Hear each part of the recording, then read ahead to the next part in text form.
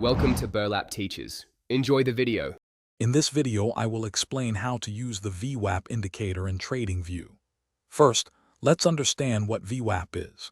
It stands for Volume Weighted Average Price, reflecting the average price a security has traded at, weighted by volume.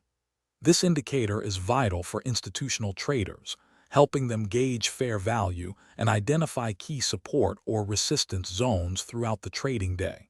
It's a powerful tool for understanding market sentiment. Now let's get VWAP onto your TradingView chart. Simply open your preferred chart, then locate and click the Indicators button at the top. In the search bar, type VWAP and select it to add. You'll see the line appear on your chart. For most traders, the default settings work perfectly, so you don't need to adjust anything initially. It's a straightforward process. Once VWAP is on your chart, interpreting its signals is key.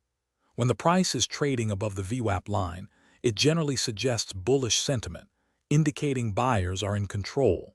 Conversely, if the price is below VWAP, it often signals bearish sentiment. Think of VWAP as a dynamic support or resistance level.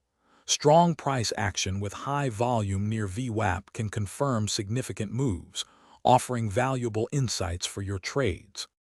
Finally, let's discuss some trading strategies using VWAP.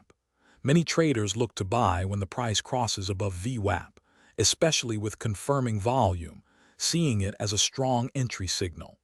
Conversely, a cross below VWAP can signal a selling opportunity. It's an excellent tool for identifying intraday entry and exit points. Remember to always combine VWAP with other indicators, like moving averages or RSI, for stronger trade confirmations and better decision-making.